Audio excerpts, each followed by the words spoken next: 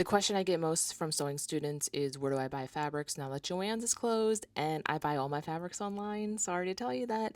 But yeah, I'm going to help you buy fabrics online. There's a couple things you need to look for. Okay, if you're learning about fabrics and you don't know anything, you have to look for these two things: fiber content and construction. Construction also means the weave.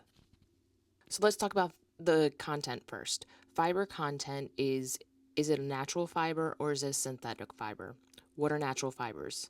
Wool, cotton, linen, silk, maybe even bamboo can be considered a natural fiber. So they basically come from plants or animals. The next is synthetic fibers. The synthetics are polyester, nylon, spandex. They can also be rayon, even though rayon is a semi-man-made fabric because it comes from beechwood that has been broken down in a chemical process and then spun into fibers, so therefore it is a semi-man-made fabric. Next, we have to talk about the construction or the weave. You can have a plain weave fabric, you can have a twill fabric, you can have a satin fabric, you can have a knit fabric.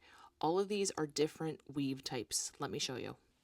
Okay, here are the different weave types. You have your plain weave, which is just a regular weave, like you would learn in elementary school. The satin weave is a little bit different. It goes over different fibers at different increments. The same with the herringbone. Then the twill weave, which is kind of like what a denim would look like, is going to be like this. Then you have your knit fabrics, and they are interlocking loops, and they are stretchy.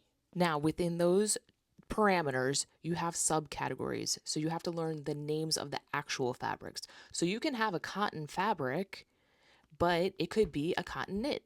You could have a blend, a cotton linen blend, and it's in a plain weave fabric, something like that. So, but there's also ones that are called like gingham. It depends on how the fibers are woven through, because sometimes there's two different color fibers that get woven together to create a gingham, or maybe even something called a chambray. Let me show you those two. Okay, here is a gingham fabric, and you can see that there's different colors of fiber going through the fabric itself to create this pattern. It is technically a plain weave though. It's just crisscrossed over each other in a normal, even fashion. This fabric is called a chambray because it has white fibers going through in one direction and blue fibers coming through in another direction.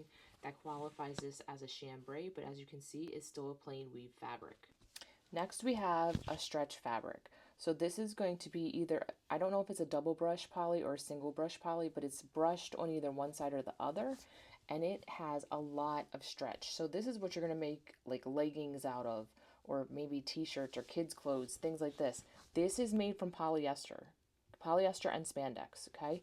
And because it stretches, it can stretch in multiple directions. So let's see, we can stretch it in that direction, and we can stretch it in this direction because it has four-way stretch. This next fabric is called a French terry. This is also polyester, but you probably can get these knit fabrics in a cotton as well. And you can also get them in bamboo and things like that. So if you want a natural fiber, it will have a synthetic woven through it because it has to have stretch, right? So it might have some spandex in there.